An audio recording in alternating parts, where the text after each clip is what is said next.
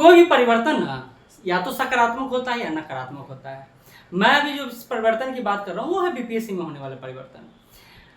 परमार रवि मनु भाई ने मीडिया के सामने आकर जो एक भौकाल क्रिएट किया है उसको समझना होगा, उसको जानना होगा, क्योंकि नॉर्मलाइजेशन की जो बात हो रही है उस नॉर्मलाइजेशन के थ्योरी में बिहार टीचर का जो एग्जाम हो रहा है वो तो आता है, लेकिन क्या सिविल सर्विसेज का एग्जाम भी इसमें आएगा? और अगर आएगा तो कैसे इसको देखेंगे हम लोग? क्या सिर्फ जो एक पेपर और एक दिन में एग्जाम होता था अब बीपीएससी उसमें परिवर्तन का सोच रहा है? कई सारे सवाल हैं जिसका जवाब मिलना बाकी है, लेकिन हम लोग इस वीडियो के माध्यम से नॉर्मलाइजेशन थ्योरी को समझने का प्रयास करेंगे कि आखिर सामान्यीकरण कैसे किया जाएगा और क्यों किया जाएगा। तो एक छोटा सा रोड मैप आप समझिए कि बीपीएससी चाह रहा है ना कि नंबर ऑफ कैंडिडेट अगर बढ़ता है तो बीपीएससी के पास ऑप्शन उपलब्ध हो, और वो ऑप्शन नॉर्मलाइजेशन का ऑप्शन हो सकता है। जैसा कि आपने अभी देखा और आपने अभी समझा भी कि जब बीपीएससी चेयरमैन मीडिया के सामने आते हैं तो एक थ्योरी प्रस्तुत करते हैं। उस थ्योरी में है क्या? तो उस थ्योरी में बड़ा सिंपल बात वो कहते हैं, लेकिन उसको समझना होगा। वो कहते हैं कि भैया आप बीपीएससी का जो एग्जाम होगा उसमें 4 कलर के पेपर होंगे, मान लेते हैं। वो ए हो सकता है, बी हो सकता है, सी हो सकता है और डी हो सकता है।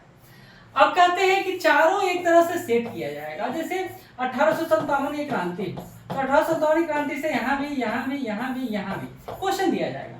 मान लेते हैं किसी सेक्शन में क्वेश्चन आसान आ गया, मतलब मानते हैं डी सेक्शन का आसान आ गया और ए सेक्शन का टफ आ गया, ये आसान आ गया, बहुत ही इजी आ गया। अब ये होगा कि इस सेक्शन वाले लोग तो सारे लोग पास कर जाएंगे, इस सेक्शन वाले लोग तो अभी पास नहीं कर पाएंगे क्योंकि इस सेक्शन का क्वेश्चन टफ है।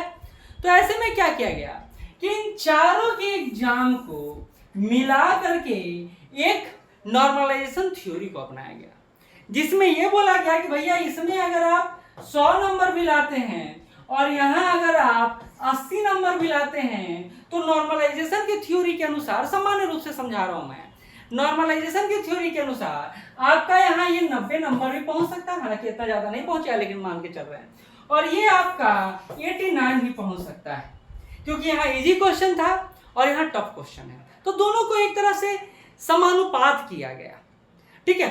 तो ये थ्योरी पर काम करने का बीपीएससी सोच रहा है। सामान्यतः कोई बड़ा एग्जाम होता है तो उसमें नॉर्मलाइजेशन थ्योरी को अपनाया जाता है, जिसमें 25 लाख 30 लाख बच्चे रहते हैं। जैसे बिहार पुलिस का एग्जाम हो रहा है, अब 6-7 पाली में है, टीआरई का एग्जाम हो रहा है 3-4-5 पाली में है। तो ऐसे में आयोग को दिक्कत का सामना नहीं करना पड़ेगा और स्टूडेंट को भी दिक्कत का सामना नहीं करना पड़ेगा।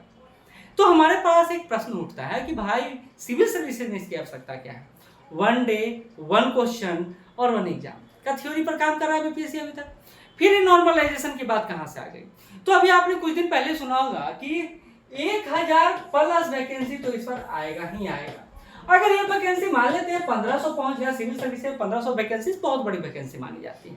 कहीं कहीं तो अफवाह है कि 2000 तक पहुंच सकता है। तो खैर इस थ्योरी पर हम लोग अगर आगे बढ़े तो यहाँ जो फॉर्म गिरेगा वो 6 से 7 लाख मिनिमम हो सकता है, 6 से 7 लाख मिनिमम हो सकता है। अब ये नंबर ऑफ कैंडिडेट बढ़ गया, और नंबर ऑफ कैंडिडेट बढ़ गया तो इसके लिए थ्योरी भी कुछ होगा जो ऐसा होगा जिससे सारे बच्चे संतुष्ट हों। तो वही नॉर्मलाइजेशन का थ्योरी आता है कि हो सकता है कि एक शिफ्ट में एग्जाम ना हो सकता है कि पेपर 4 तरह के हों। अब इसमें आयोग क्या करेगा? तो आपके लिए ये एक विकल्प उपलब्ध कराएगा। अब ये सारी बातें हैं जो मैं क्यों कर रहा हूँ, क्योंकि बीपीएससी चेयरमैन टीआरई 3.0 में इसको लॉन्च किए हैं। तो क्या सिविल सर्विसेज के बारे में बोले हैं? तो बिल्कुल नहीं, ऐसा उन्होंने कोई स्टेटमेंट नहीं दिया है और ऐसा कोई बात उन्होंने नहीं बोला है जिससे ये पता चले कि भैया 70वीं बीपीएससी में ऐसा कुछ लागू होने जा रहा है। लेकिन एक उम्मीद है कि अगर फॉर्म ज़्यादा गिरता है, अगर एग्जाम 2 शिफ्ट में होता है तो नॉर्मलाइजेशन का यह थ्योरी अपनाया जा सकता है। इसमें ज़्यादा क्लियरिटी कब मिल पाएगा पता है?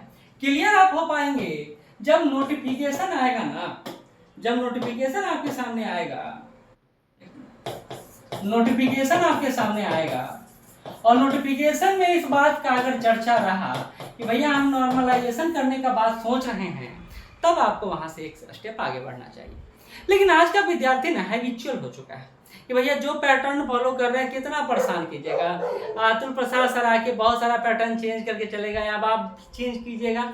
इससे परेशान सिर्फ एक विद्यार्थी होता है, क्योंकि उसको कमो बेस प्रैक्टिस में फिर इसको शामिल करना पड़ता है, और उस विद्यार्थी को क्या पता है कहाँ आसान आएगा कहाँ मुश्किल आएगा और कैसे वो अटेम्प्ट करेगा, और इसके चक्कर में नंबर ऑफ क्वेश्चन वो ज़्यादा अटेम्प्ट करता है तो फिर परेशानी तो उसी को होने वाला है। पहली बात। दूसरी बात, कहा जा रहा है कि इससे धांधली कम होगा, लेकिन धांधली होने की संभावना तो यहाँ बढ़ सकता है।